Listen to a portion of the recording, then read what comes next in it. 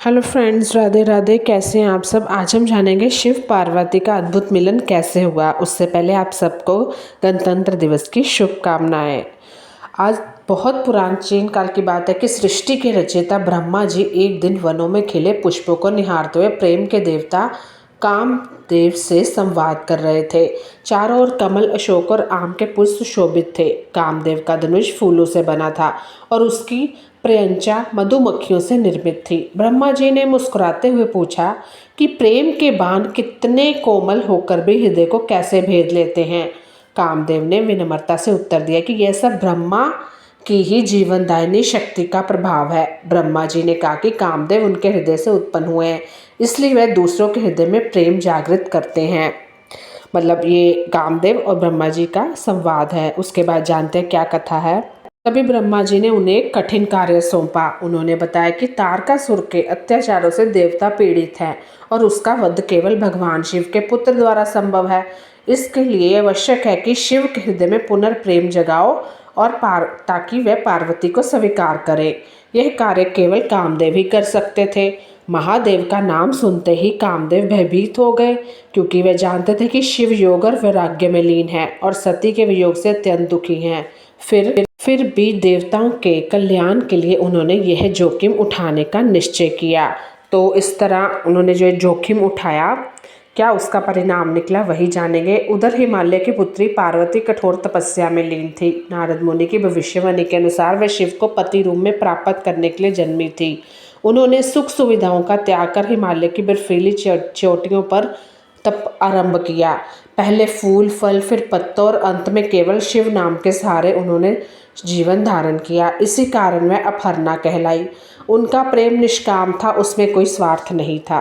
वे केवल शिव के ध्यान और सेवा में लीन थे। इसी समय कामदेव कैलाश पर्वत पर पहुंचे। उन्होंने देखा कि भगवान शिव ध्यान में स्थिर है, नेत्र बंद है और संसार से पूर्ण विरक्त है। कामदेव ने वसंत ऋतु को जागृत किया, क्योंकि कामदेव के कारण ही उनके मन में प्रेम उत्पन्न होता।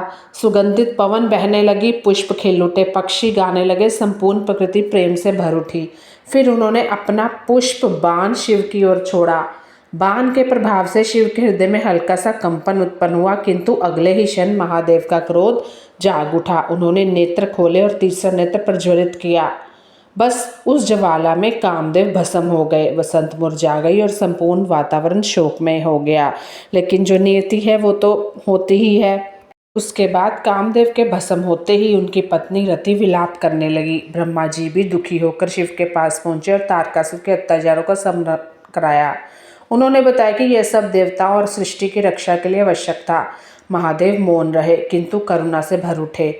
उन्होंने रति को वरदान दिया कि कामदेव भविष्य में पुनर्जन्म लेंगे और उनका पुनर्मिलन होगा। इसके बाद ब्रह्मा जी ने पार्वती की तपस्या का स्मरण कराया।